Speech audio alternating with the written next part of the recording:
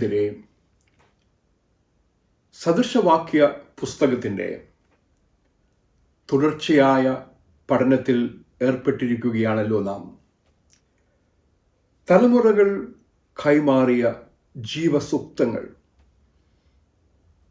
ഓരോ തലമുറകൾക്കും പ്രസക്തമായ സത്യസൂക്തങ്ങൾ ഇന്നും നമ്മുടെ ജീവിതത്തെയും ജീവിതക്രമത്തെയും സ്വാധീനിക്കുവാനുള്ള ശക്തിയുള്ള വാക്യങ്ങൾ.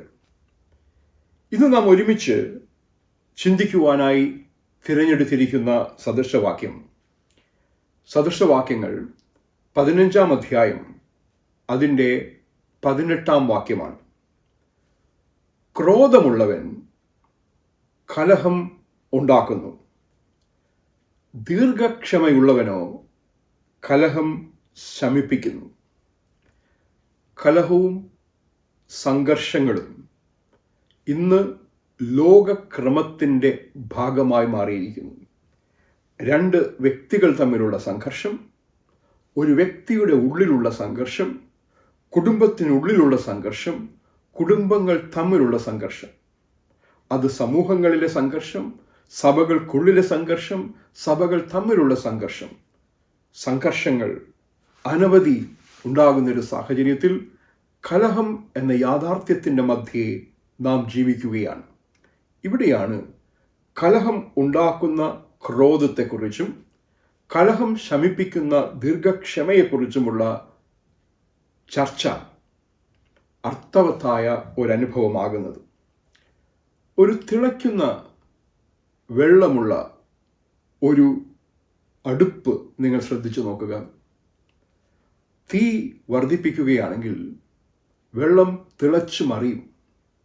തിളച്ചു മറിയുന്ന വെള്ളം ഉണ്ടാക്കുവാൻ സാധ്യതയുള്ള പ്രയാസങ്ങൾ നമുക്കറിയാം.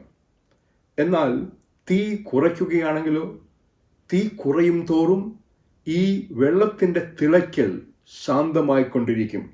ഒടുവിലത് ഒരു സ്വച്ഛന്തതയിലേക്ക് വന്നു ചേരുകയും ചെയ്യും. ഈ തിളയ്ക്കുന്ന വെള്ളത്തിന് കാരണമായി തീരുന്ന തീ പോലെയാണ് പലപ്പോഴും കോപം. ബന്ധങ്ങളെ അത് തിളയ്ക്കുമാറാക്കുന്നു, സാഹചര്യങ്ങളെ അത് തിളയ്ക്കുമാറാക്കുന്നു. സദൃശവാക്യക്കാരൻ ജ്ഞാനി വളരെ വ്യക്തമായി കലഹങ്ങൾക്ക് കാരണവും പരിഹാരവും നിർദ്ദേശിക്കുകയാണിവിടെ. ഖൈമാവ് എന്ന എബ്രായ പദമാണ് ക്രോധം എന്ന് മലയാളത്തിലേക്ക് വിവർത്തനം ചെയ്തിരിക്കുന്നത്. അതിന് അതിയായ കോപമെന്ന്, വിഷലിപ്തമായ അനുഭവമെന്ന്, പകയെന്ന്, തീവ്രമായ അനിഷ്ടമെന്ന് പലതരത്തിലുള്ള അർത്ഥതലങ്ങൾ സാധ്യമാണ്. കലഹം എന്ന് വിവർത്തനം ചെയ്തിരിക്കുന്ന മൗദോൺ എന്ന എബ്രായ പദം അനൈക്യത്തെക്കുറിച്ച്, അപശ്രുതിയെക്കുറിച്ച്, പിണക്കത്തെക്കുറിച്ച് സൂചന നൽകുന്ന ഒരു പദമാണ്. ദീർഘക്ഷമ, ആ വാക്ക് 2 എബ്രായ പദങ്ങളാണ് അവിടെ ഉപയോഗിച്ചിരിക്കുന്നത്. കോപിക്കുന്നതിൽ സാവധാനതയുള്ളവൻ എന്ന് മാത്രമാണ് അവിടെ അർത്ഥമാക്കുന്നത്. ഒരാൾ ക്ഷിപ്രകോപിയാണ്, വളരെ വേഗത്തിൽ കോപിക്കുന്നു. വേറൊരാൾ എത്രമാത്രം പ്രകോപനമുണ്ടായാൽ കോപം വരുന്നത് തടയുവാൻ കഴിയുന്ന ഒരു വ്യക്തിത്വമാണ്. ശമിപ്പിക്കൽ, ഷൗഖാത്ത് എന്ന എബ്രായ പദം, അത് ശാന്തമാക്കുന്ന, അത് സ്വച്ഛന്തമാക്കുന്ന അനുഭവത്തെയാണ് സൂചിപ്പിക്കുക. മുത്തശ്ശിമാർ കുഞ്ഞുങ്ങളോട് പറയുന്ന ഒരു കഥയുണ്ട്. നിങ്ങളുടെ ഉള്ളിൽ 2 മൃഗങ്ങളുണ്ട്. ഒന്ന് കോപമാണ്, മറ്റൊന്ന് ക്ഷമയാണ്. അവർ തമ്മിൽ പോരാട്ടമുണ്ടാകുമ്പോൾ ആര് ജയിക്കുന്നു എന്ന ചോദ്യത്തിന് ഒരു ഉത്തരമേ ഉള്ളൂ. ആരെ നിങ്ങൾ പരിപോഷിപ്പിക്കുന്നുവോ അത് ജയിക്കുന്നു, ആരെ നിങ്ങൾ ഊട്ടുന്നുവോ അത് ജയിക്കുന്നു. കോപം നിയന്ത്രണ അതീതമാകുമ്പോൾ കലഹത്തിന് വഴിമാറുന്നു. അത് കടിഞ്ഞാൻ നഷ്ടപ്പെട്ട ഒരു കുതിരയുടെ അനുഭവമാണ്. നിങ്ങളുടെ കയ്യിൽ കടിഞ്ഞാണിരിക്കുന്നിടത്തോളം കാലം നിങ്ങൾ നിയന്ത്രിക്കുന്നിടത്തേക്ക് കുതിര യാത്ര ചെയ്യും. ആ കടിഞ്ഞാണിൻ്റെ നിയന്ത്രണം നിങ്ങൾക്ക് നഷ്ടപ്പെട്ടു കഴിഞ്ഞാൽ കുതിര പോകുന്നിടത്ത് നിങ്ങൾ പോകേണ്ടി വരും. വഴിയിൽ നിങ്ങൾ വീണെന്നു വരാം. കുതിരയുണ്ടാക്കുന്ന എല്ലാ അനിഷ്ടങ്ങൾക്കും നിങ്ങൾ ഉത്തരവാദിത്വം വഹിക്കേണ്ടിയും വന്നേക്കാം. സംയമനമുള്ളിടത്താകട്ടെ അവിടെയാണ് ധീരതയുടെ യഥാർത്ഥ മുഖം നാം കാണുന്നത്. സഹനശക്തി മനസ്സിൻ്റെ ബലമാണ് എന്നുള്ള ഓർമ്മപ്പെടുത്തൽ. ശാന്ത സ്വഭാവം ഉള്ളിടത്ത് സമാധാനം ഉറപ്പാക്കുവാൻ കഴിയും എന്നാണ് സദൃശവാക്യക്കാരൻ പറയുവാൻ ശ്രമിക്കുന്നത്. വളരെ സാധാരണമായ ഒരു സത്യം, കോപം ബന്ധങ്ങളെ ശിഥിലമാക്കുന്നുവെന്ന് ഓർമ്മപ്പെടുത്തുകയാണ് ജ്ഞാനി. അത് അസ്വീകാര്യമായ ഭാഷയിലേക്ക്, ക്രൂരത നിറഞ്ഞ പ്രതികരണങ്ങളിലേക്ക് വഴിവെക്കുന്നതായും വഴിതെളിക്കുന്നതായിട്ടും നമുക്ക് അറിയുവാനായിട്ട് കഴിയും. ശാന്തത എന്നത് പരാജയമല്ല, യഥാർത്ഥത്തിൽ ആത്യന്തിക വിജയമാണ് എന്ന സൂചനയാണ് ഈ സദൃശവാക്യം നൽകുന്നത്. അനാവശ്യ വാദങ്ങൾ, അനാവശ്യ സംവാദങ്ങൾ ഒഴിവാക്കുവാൻ കഴിയുന്നതാണ്. കോപം ഒരുപക്ഷെ താൽക്കാലികമായ ജയം തരുന്നു എന്ന തോന്നൽ നിങ്ങൾക്കുണ്ടാക്കിയേക്കാമെങ്കിലും ശാന്തത കാലങ്ങളോളം വാഴുന്ന ഒരു യാഥാർത്ഥ്യമാണ് എന്ന് നാം തിരിച്ചറിയണം. ദൈവത്തിൻ്റെ സ്വഭാവമാണ് ക്ഷമയും സഹിഷ്ണുതയും. അതുകൊണ്ട് ഈ സദൃശവാക്യം നമ്മുടെ മുമ്പാകെ ഉയർത്തുന്ന രണ്ട് പ്രധാനപ്പെട്ട ചോദ്യങ്ങളുണ്ട്. ക്രോധം കലഹം സൃഷ്ടിക്കുന്നു എന്ന് പറയുന്നത് എങ്ങനെ? എന്തുകൊണ്ടാണ്, എങ്ങനെയാണ് ക്രോധം കലഹം സൃഷ്ടിക്കുന്നത്? ഒരാൾ കോപിക്കുമ്പോൾ അടിസ്ഥാനപരമായി എന്താണ് സംഭവിക്കുന്നത്? അയാളുടെ ഉള്ളിൽ ഒരു വൈകാരിക വിസ്ഫോടനം സൃഷ്ടിക്കപ്പെടുന്നു. വൈകാരിക വിസ്ഫോടനം സൃഷ്ടിക്കപ്പെടുമ്പോൾ നഷ്ടമാകുന്നത് ചിന്തിക്കുവാനുള്ള നിങ്ങളുടെ ശക്തിയാണ്. വികാരങ്ങൾ ജ്ഞാനത്തിൽ നിന്ന് നിയന്ത്രണം ഏറ്റെടുക്കുമ്പോൾ അത് അനാവശ്യമായ സംഘർഷങ്ങളിലേക്ക് വഴിതെളിക്കുവാൻ സാധ്യതയുണ്ട് എന്ന ഓർമ്മപ്പെടുത്തൽ നിങ്ങളുടെ തീരുമാനമെടുക്കുവാനുള്ള ശക്തിയെ, നിങ്ങളുടെ ചിന്താധാരയെ തന്നെ കോപം സ്വാധീനിക്കുന്നു. ചിന്താധാര സ്വാധീനിക്കപ്പെടുമ്പോൾ നിങ്ങളുടെ പ്രവൃത്തികളുടെ പരിണിത ഫലങ്ങളെക്കുറിച്ച് ചിന്തിക്കുവാൻ നിങ്ങൾക്കാകാതെ പോകുന്നു. ആ പ്രവൃത്തികൾ വേദനിപ്പിക്കുന്ന പ്രവൃത്തിയാകുന്നു. ആ പ്രവൃത്തികൾ സംഘർഷം സൃഷ്ടിക്കുന്നു. ആ പ്രവൃത്തികൾ കലഹം സൃഷ്ടിക്കുന്നു. ക്രോധം കലഹം സൃഷ്ടിക്കുന്നു. കോപത്തോടെ പലപ്പോഴും നാം ഉപയോഗിക്കുന്ന വാക്കുകൾ, കോപത്തോടെ നമ്മിൽ നിന്നും പുറത്തു വരുന്ന ശരീരഭാഷ, നമ്മുടെ ആംഗ്യഭാഷ, അത് ആഴമേറിയ മുറിവുകൾ സൃഷ്ടിക്കുവാൻ പര്യാപ്തമാണ്. അത് മനസ്സിൻ്റെ മുറിവുകളാണ്, അകക്കാമ്പിൻ്റെ മുറിവുകളാണ്. ആ മുറിവുകൾ ഒരുപക്ഷെ വളരെ കാലം എടുത്താലും ഉണങ്ങുവാൻ പ്രയാസമുള്ള മുറിവുകളായി നിലനിൽക്കുന്ന അവസ്ഥ. ക്രോധം കലഹം സൃഷ്ടിക്കുമ്പോൾ ഈ മുറിവുകളിൽ നിന്നും ഉയരുന്ന പ്രതിസ്ഫുരണങ്ങളാണ് കലഹങ്ങളായി മാറുന്നത് എന്ന് നാം തിരിച്ചറിയണം. കോപം സൃഷ്ടിക്കുന്ന ഈ പ്രതികരണം അത് ചാക്രികമാണ്. ഒരു കോപാകുലമായ പ്രവൃത്തി മറ്റൊരു കോപാകുലമായ പ്രതികരണത്തിലേക്ക് വഴി നടത്തുകയും അത് കൂടുതൽ ആഴമായ പ്രകോപനങ്ങളിലേക്ക് വഴിവെക്കുകയും ചെയ്യുന്നു. അത് പ്രതികാരത്തിൻ്റെ അനുഭവത്തിലേക്ക്, പകയുടെ അനുഭവത്തിലേക്ക്, വിദ്വേഷത്തിൻ്റെ അനുഭവത്തിലേക്ക്, അത് വിദ്വേഷത്തിൻ്റെ ഒരു ചാക്രിക വലയത്തിലേക്ക് നമ്മെ കൊണ്ട് ചെന്നെത്തിക്കുകയും ചെയ്യുന്നു. ഒന്നിനു ശേഷം ഒന്നായി പല പ്രതികരണങ്ങൾ അത് ബന്ധങ്ങളെ തകർക്കുന്ന, സ്വച്ഛന്തതയെ തകർക്കുന്ന, സമാധാനത്തെ തകർക്കുന്ന അനുഭവമായി മാറുന്നു. അത് വ്യക്തികളും സമൂഹങ്ങളും തമ്മിലുള്ള വലിയ കലഹങ്ങളായി മാറുന്നു. പലപ്പോഴും കാലങ്ങൾ നീണ്ടു നിൽക്കുന്ന സംഘർഷത്തെ സമചിത്തതയോടുകൂടി നാം വിശകലനം ചെയ്യുകയാണെങ്കിൽ അല്പസമയം ഒരു മേശയ്ക്ക് ചുറ്റുമിരുന്ന് സംസാരിച്ച് സംവദിച്ച് തീർക്കേണ്ടുന്ന ഒരൽപ്പം വിനയവും ഒരൽപ്പം വിട്ടുകൊടുക്കലും കൊണ്ട് തീരേണ്ട എത്രയെത്ര ചെറിയ പ്രശ്നങ്ങളാണ് കോപം കൊണ്ട് ക്രോധം കൊണ്ട് വലുതാക്കി കലഹത്തിൻ്റെ വളരെ വേദനാജനകമായ അനുഭവങ്ങളിലേക്ക് കൊണ്ടുചെന്നെത്തിച്ചിട്ടുള്ളത് എന്ന് നമുക്ക് ചിന്തിക്കാവുന്നതേയുള്ളൂ. കോപം ശരിയായ ആശയവിനിമയത്തെ തടസ്സപ്പെടുത്തുന്നു. നിങ്ങൾ ഉദ്ദേശിക്കുന്നതും നിങ്ങൾ പറയുന്നതും വ്യത്യസ്തമായ കാര്യങ്ങളാകാം. ശബ്ദം ഉയർന്നതുകൊണ്ട് ശ്രദ്ധ നേടണമെന്നില്ല. ശബ്ദം ഉയരുന്തോറും ഹൃദയങ്ങൾ അകലങ്ങളിലാകുന്നു. അനുരഞ്ജനം അസാധ്യമാകുന്നു. കോപത്തിൻ്റെ പ്രതിസ്ഫുരണങ്ങൾ മനുഷ്യർ തമ്മിലുള്ള അകൽച്ചയെ വർദ്ധിപ്പിക്കുന്നു.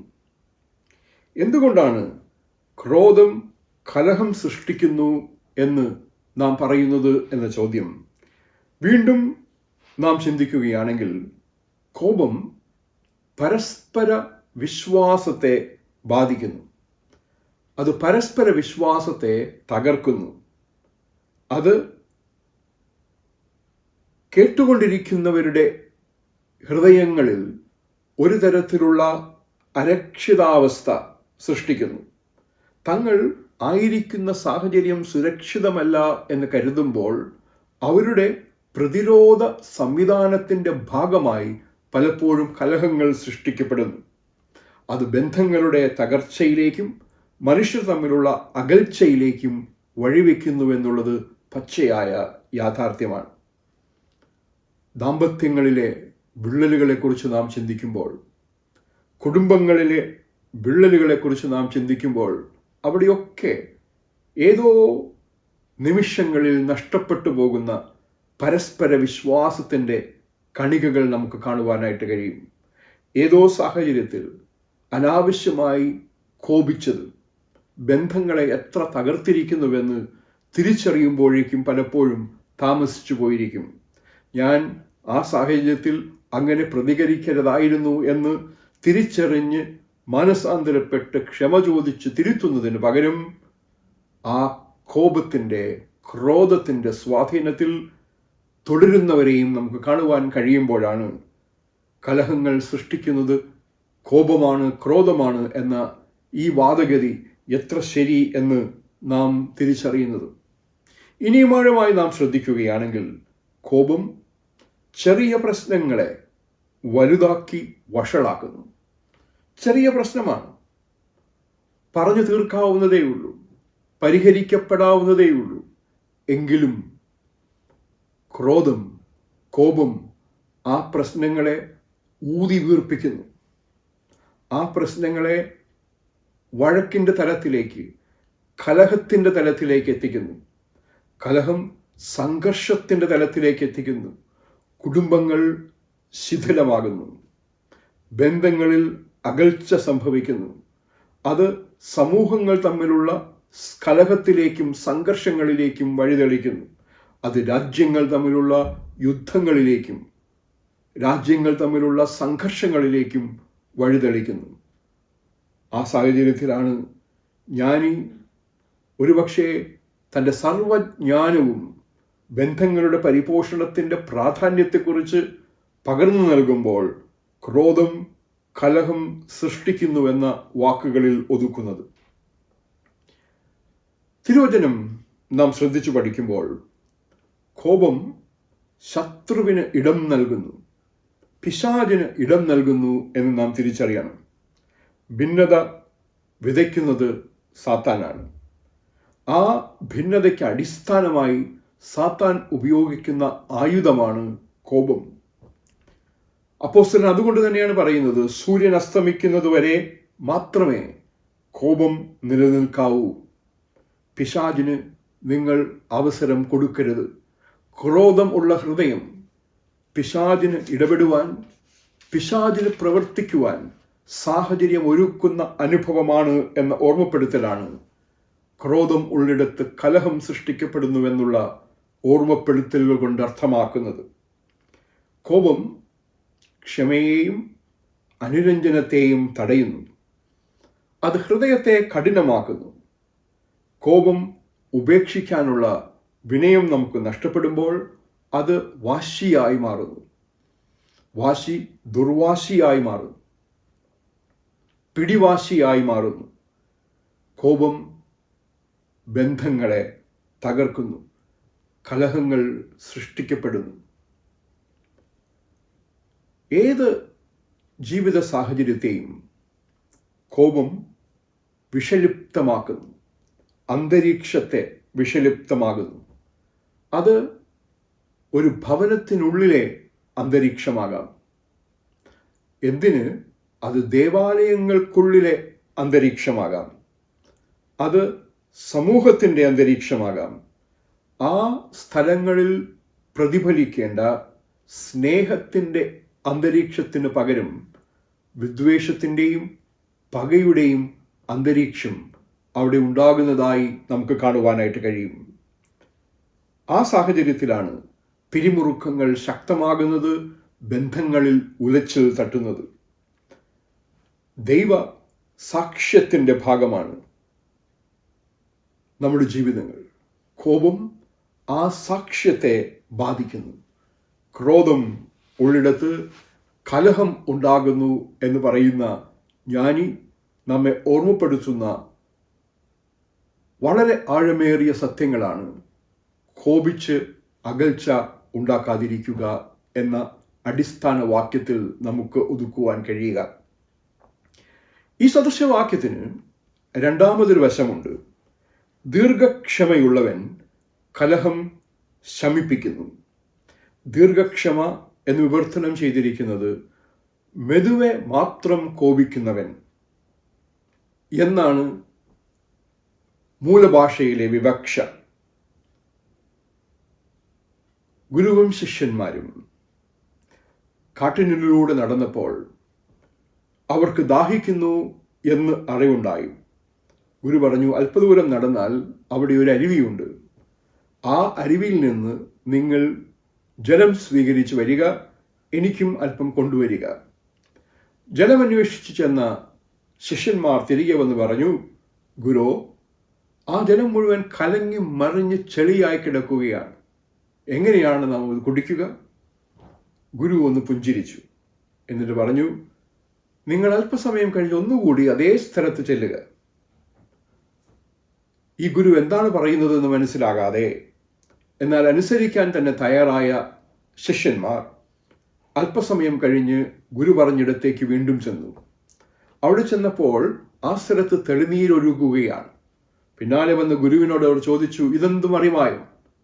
ഗുരു പറഞ്ഞു, നിങ്ങൾ നേരത്തെ വന്നപ്പോൾ ഏതോ വന്യമൃഗം ആ അരുവിയെ ചവിട്ടി മെതിച്ചു പോയതേ ഉണ്ടായിരുന്നുള്ളൂ. കലങ്ങി മറിഞ്ഞിരിക്കുകയായിരുന്നു അന്തരീക്ഷം.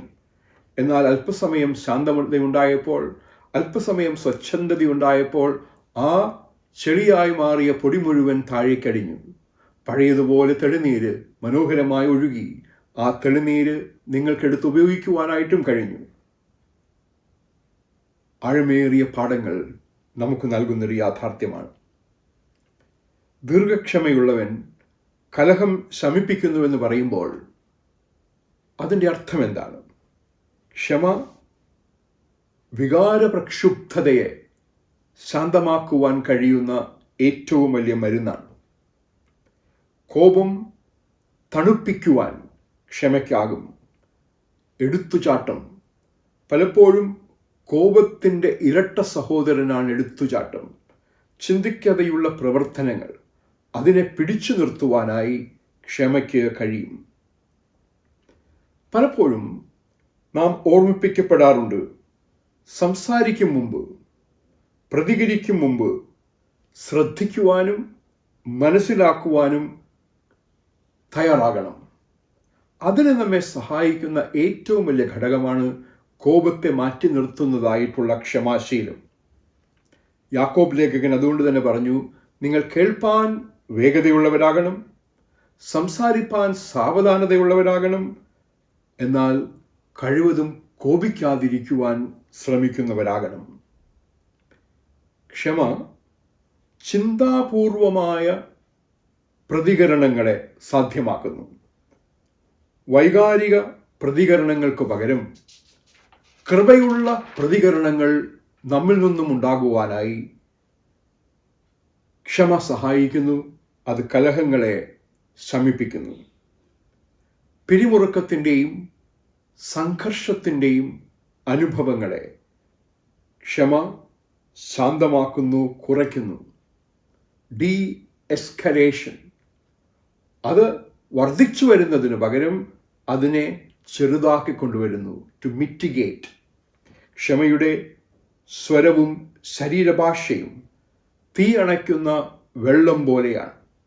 ആളി കത്തിക്കുന്നതിന് പകരം അത് ശമിപ്പിക്കുന്നു, ശാന്തമാക്കുന്നു. ക്ഷമയുള്ളിടത്ത്, പെട്ടെന്ന് കോപിക്കാത്തിടത്ത് മറ്റുള്ളവരുടെ അഭിപ്രായങ്ങളെ അനുകമ്പയോടെ മനസ്സിലാക്കുവാനുള്ള മനസ്സ് നമുക്കുണ്ടാകും.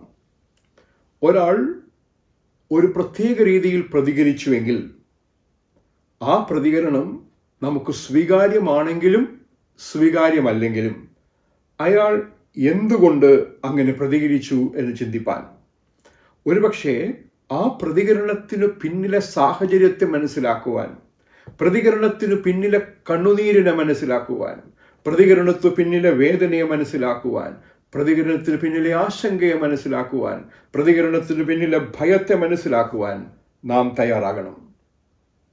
ഞാൻ ഈ ഓർമ്മിപ്പിക്കുന്നത്, ക്ഷമ പ്രതികാരത്തിൻ്റെ ചാക്രിക വലയത്തെ ഉടയ്ക്കും, സമാധാനത്തിൻ്റെ അന്തരീക്ഷം സൃഷ്ടിക്കും.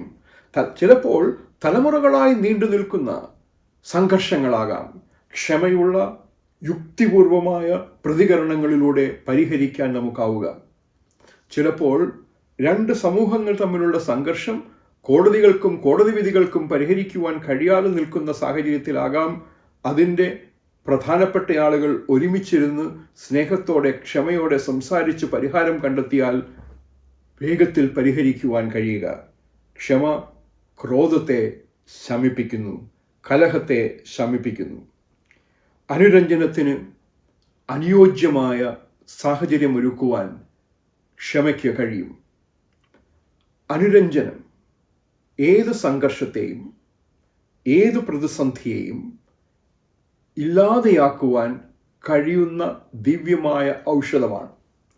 എത്ര അകന്നുപോയാലും വീണ്ടും ഒരുമിച്ച് വരുന്ന അനുഭവം. നിങ്ങളുടെ പാപങ്ങൾ കടും ചുമപ്പായിരുന്നാലും ഞാനവയെ ഹിമം പോലെ വെളുപ്പിക്കുമെന്ന് പറഞ്ഞ് ആശ്ലേഷം ചെയ്യുന്ന ദൈവ സ്നേഹത്തിൻ്റെ പ്രതീകമായി മാറുന്ന അനുഭവം. അതുകൊണ്ട് തന്നെ ക്ഷമ, ദീർഘക്ഷമ ദൈവ സ്വഭാവമാണ്. ക്ഷമിക്കുന്നിടത്ത് നമ്മിൽ നിന്ന് ദൈവ സ്വഭാവത്തിൻ്റെ പരിസ്ഫുരണം കാണുവാൻ കഴിയും എന്നുള്ള ഓർമ്മപ്പെടുത്തലാണ്. ക്ഷമ സമാധാനത്തിൽ വിത്തുകൾ പാകുന്ന അനുഭവമാണ്. സമാധാനത്തിൽ വിതയ്ക്കുന്നവൻ നീതിയുടെ വിളവ് കൊയ്യുമെന്ന് യാക്കോബ് ലേഖകൻ 3-ാം അധ്യായത്തിന്റെ 18-ാം വാക്യത്തിൽ നാം വായിക്കുമ്പോൾ, അനീതി നിറഞ്ഞാടുന്നിടത്തിന് മാറ്റമുണ്ടാവുകയും രൂപാന്തരത്തിൻ്റെ അവസ്ഥയിൽ നീതി വിളഞ്ഞ് വ്യക്തമാവുകയും ചെയ്യുന്ന അവസ്ഥയെക്കുറിച്ച്, അനുഭവത്തെക്കുറിച്ചാണ് നാം കാണുക.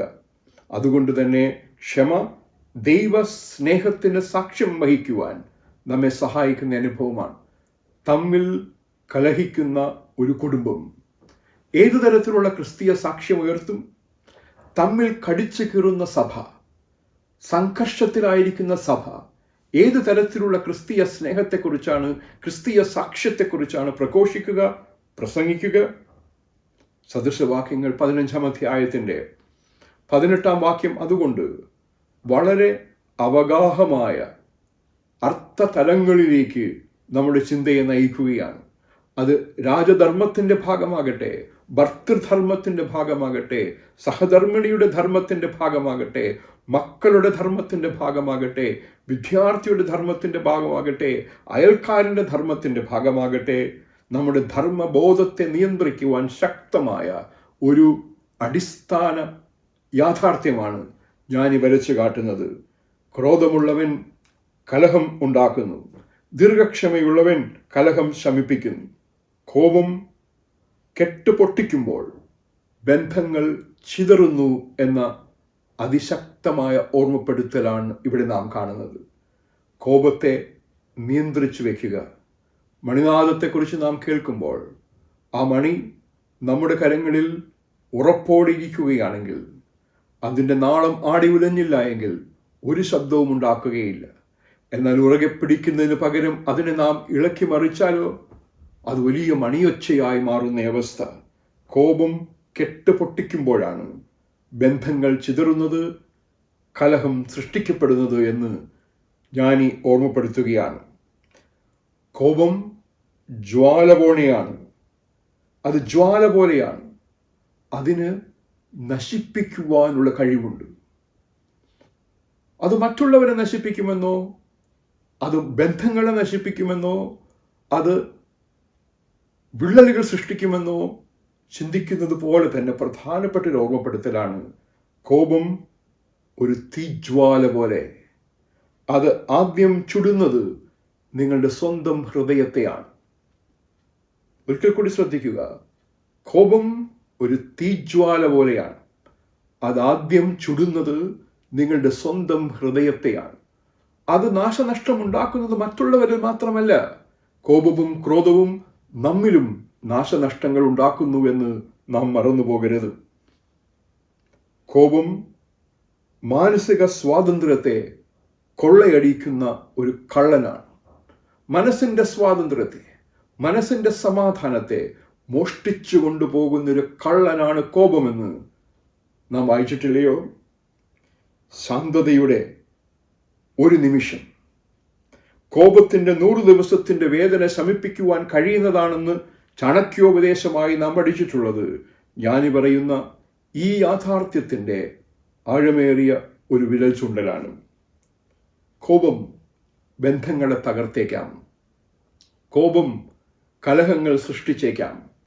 എങ്കിലും 100 ദിവസം കൊണ്ടുണ്ടാക്കിയ കോപത്തിന്റെ എല്ലാ പരിണിത ഫലങ്ങളെയും ശാന്തതയുടെ ഒരു നിമിഷം കൊണ്ട്, പുഞ്ചിരിയുടെ ഒരു നിമിഷം കൊണ്ട്, ആശ്ലേഷത്തിൻ്റെ ഒരു നിമിഷം കൊണ്ട്, വിനയത്തിൻ്റെ ഒരു നിമിഷം കൊണ്ട്, അനുതാപത്തിൻ്റെ ഒരു നിമിഷം കൊണ്ട്, ക്ഷമ ചോദിക്കലിൻ്റെ ഒരു നിമിഷം കൊണ്ട് നമുക്ക് സൗഖ്യമാക്കുവാൻ കഴിയും എന്നുള്ള അതിശക്തമായൊരു ഓർമ്മപ്പെടുത്തൽ കൂടെ ജ്ഞാനി നമ്മുടെ മുമ്പാകെ വരച്ചു കാട്ടുകയാണിവിടെ. കോപം എത്ര തകർച്ചയെ സൃഷ്ടിച്ചാലും ശാന്തത ആ തകർച്ചയ്ക്കു പകരമായി പുനർനിർമ്മിതിയെ ശാന്തമാക്കുന്നു, കോപത്തെ ശമിപ്പിക്കുന്നു. സദൃശവാക്യങ്ങൾ 15-ാം അധ്യായം 18-ാം വാക്യം. അതുകൊണ്ട് തന്നെ എൻ്റെയും നിങ്ങളുടെയും ജീവിതത്തിൽ നമ്മുടെ കോപഭാവത്തെക്കുറിച്ച് അതിശക്തമായ ഒരു ഓർമ്മപ്പെടുത്തലാകണം. ക്രോധമുള്ളവൻ കലഹമുണ്ടാക്കുന്നു, ദീർഘക്ഷമയുള്ളവൻ കലഹം ശമിപ്പിക്കുന്നു. കർത്താവ് തൻ്റെ ആത്മാവിൻ്റെ ജ്ഞാനത്താൽ ഈ സദൃശവാക്യത്തിൻ്റെ ഇതിലും അവഗാഹമായ പൊരുളുകൾ ഗ്രഹിപ്പാൻ നമ്മെ സഹായിക്കട്ടെ. കോപം ശമിപ്പിക്കുന്നവരായി, കലഹങ്ങൾ ശമിപ്പിക്കുന്നവരായി ഒരു സമൂഹമായി മാറുവാൻ സ്വർഗീയ ദൈവം എന്നെയും നിങ്ങളെയും തുടർന്നും സഹായിക്കുമാറാകട്ടെ. ആമേൻ.